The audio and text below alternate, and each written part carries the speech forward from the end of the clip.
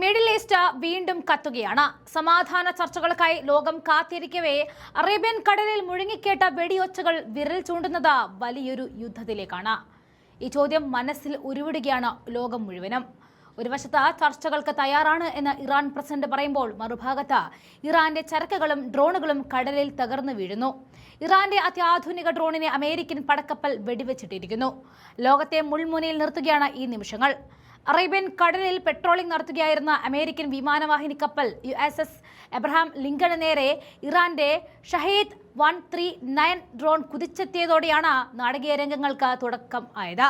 ഇറാന്റെ തീരത്തു നിന്നും 800 കിലോമീറ്റർ അകലെ അന്താരാഷ്ട്ര ജലപാതയിലായിരുന്നു ഈ ഏറ്റുമുട്ടൽ അരങ്ങേറിയത്. പ്രകോപനപരമായ രീതിയിൽ കപ്പലിന് നേരെ വന്ന ഡ്രോണിനെ കപ്പലിൽ നിന്നും പറന്നുയർന്ന F-35C സ്റ്റെൽത്ത് ഫൈറ്റർ ജെറ്റ് തകർത്ത് കളയുകയായിരുന്നു. സ്വന്തം പ്രതിരോധത്തിനായിട്ടാണ് ഇത് ചെയ്തത് എന്ന് അമേരിക്ക ആവർത്തിക്കുമ്പോഴും മേഖലയിലെ സമാധാന ശ്രമങ്ങൾക്ക് മേൽ ഇത് കരിനിഴൽ വീഴ്ത്തിക്കഴിഞ്ഞു. ഈ സംഭവത്തിന് പിന്നാലെ ഇറാന്റെ നിലപാട് കൂടുതൽ കടുത്തിരിക്കുകയാണ്. അമേരിക്കയുടെ ഒരു ഭീഷണിക്കും വഴങ്ങില്ല എന്ന ഇറാന്റെ പരമോന്നത നേതാവ് അയത്തുള്ള അലി ഖമേനിയുടെ മുഖ്യ ഉപദേഷ്ടാവ് അലി ഷംഖാനി മുന്നറിയിപ്പ് നൽകി കഴിഞ്ഞു. ആണവ ചർച്ചകളിൽ വിട്ടുവീഴ്ചയില്ല എന്ന് അദ്ദേഹം വ്യക്തമാക്കുന്നു.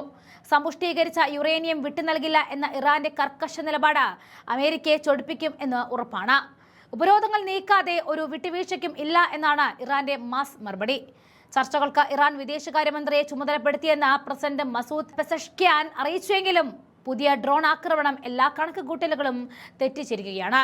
ഇതിന്റെ പ്രത്യാഘാതം ഉടൻ തന്നെ ആഗോള വിപണിയിൽ ദൃശ്യമായി കഴിഞ്ഞു. അന്താരാഷ്ട്ര വിപണിയിൽ എണ്ണവില കുതിച്ചുയരുകയാണ്.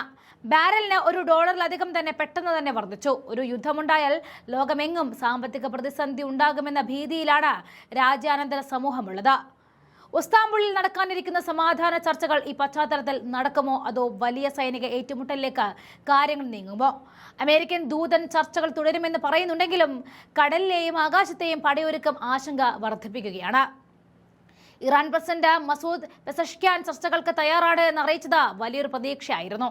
തുർക്കിയിലെ ഇസ്താംബുളിൽ വെച്ച് നടക്കുന്ന ചർച്ചകളിൽ സൗദി അറേബ്യ, ഖത്തർ തുടങ്ങിയ പ്രധാന അറബ് രാജ്യങ്ങളും പങ്കെടുക്കും എന്നായിരുന്നു റിപ്പോർട്ട്.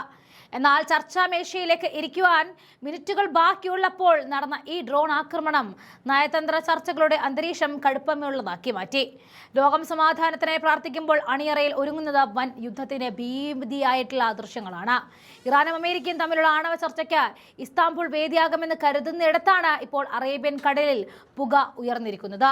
ചർച്ച തുടങ്ങും മുൻപേ പാളിപ്പോയി എന്ന സൂചനയാണോ തരുന്നത് എന്ന് ലോകം തന്നെ ഉറ്റുനോക്കുകയാണ്.